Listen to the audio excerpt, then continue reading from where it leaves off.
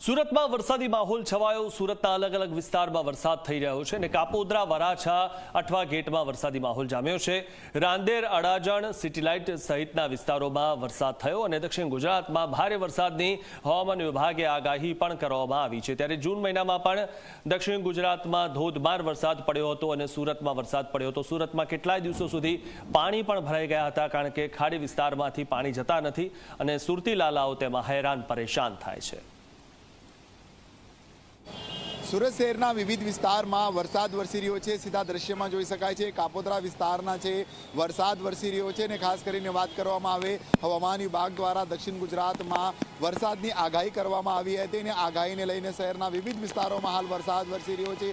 જોઈ શકાય છે કે ધોધમાર વરસાદ વરસી રહ્યો છે। ત્યારે વાત કરવામાં આવે પીપલોદ, અઠવા, ડિંડોલી, લિંબાયત, રાંદેર, અડાજણ સહિતના વિસ્તારમાં જે છે હાલ વરસાદ વરસી રહ્યો છે। જે રીતના લોકોને ગરમીના બફારાથી જે છે ક્યાંક જે છે હવે રાહત મળી છે, કારણ કેટલાક દિવસથી લોકો જે છે ગરમીના બફારામાં જે છે હેરાન પરેશાન થઈ રહ્યા હતા, પરંતુ વરસાદ વરસતા અને પવન સાથે વરસાદ વરસતા વાતાવરણમાં ઠંડક પસરી છે।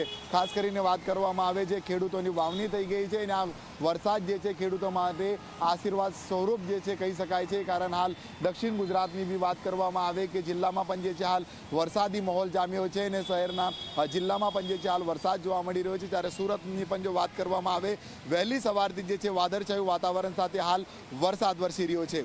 કેમેરામેન વિજય ભૈસાની સાથે પ્રશાંત ડિવરેજી, મીડિયા, સુરત।